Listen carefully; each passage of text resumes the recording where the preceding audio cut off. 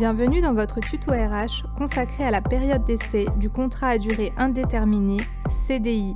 La période d'essai permet à l'employeur d'évaluer les compétences du salarié à son poste et au collaborateur de s'assurer que les fonctions occupées lui conviennent. La période d'essai n'est pas obligatoire, mais s'impose dès lors qu'elle est prévue dans le contrat de travail.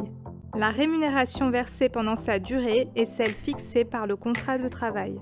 Regardons ensemble les étapes qui vous permettront de sécuriser la période d'essai de vos CDI.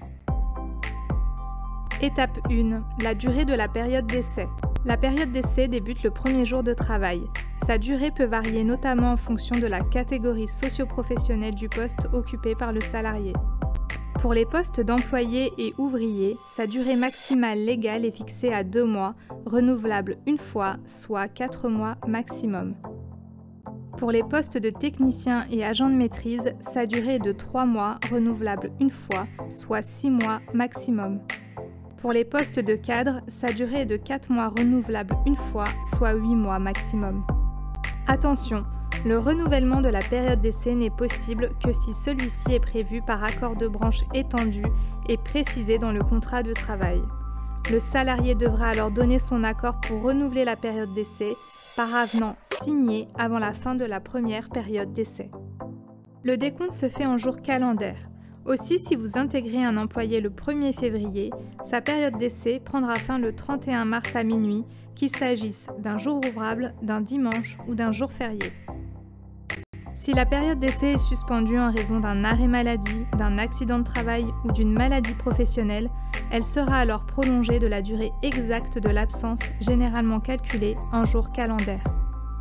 Étape 2. La rupture de la période d'essai. Pendant la période d'essai, employeurs et collaborateurs peuvent rompre le contrat de travail librement.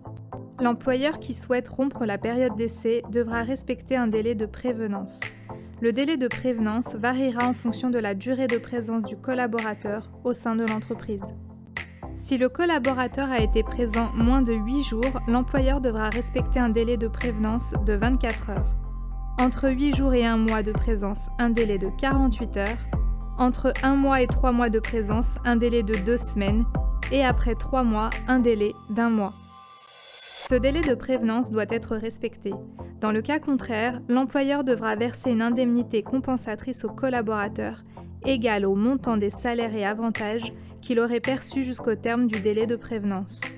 Le collaborateur qui souhaite rompre la période d'essai devra en avertir son employeur en respectant un délai de prévenance de 24 heures pour une présence inférieure à 8 jours et de 48 heures pour toute présence d'au moins 8 jours. Étape 3. Le formalisme de la période d'essai. L'existence d'une période d'essai, sa durée et son renouvellement seront expressément stipulés dans le contrat de travail pour qu'ils puissent être appliqués. La rupture de la période d'essai doit être notifiée par écrit. Nous vous recommandons d'avertir le collaborateur par lettre recommandée avec accusé-réception ou par lettre remise en main propre contre décharge. Ce conseil s'applique également aux collaborateurs. Notre conseil: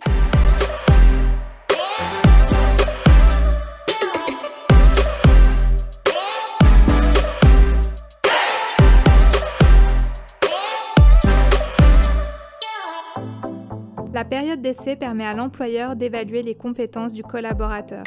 En effet, une rupture de la période d'essai discriminatoire ou économique serait jugée comme abusive. Même si vous n'êtes pas tenu de justifier le ou les motifs de rupture de la période d'essai, gardez à l'esprit que ces derniers pourraient vous être demandés dans le cadre d'une procédure prud'homale ultérieure. Nous vous invitons à conserver soigneusement les preuves démontrant que le salarié ne faisait pas l'affaire. C'est pourquoi de nombreuses entreprises effectuent des évaluations à mi-parcours de la période d'essai. Pour aller plus loin, nous vous proposons la formation « L'essentiel du droit social ».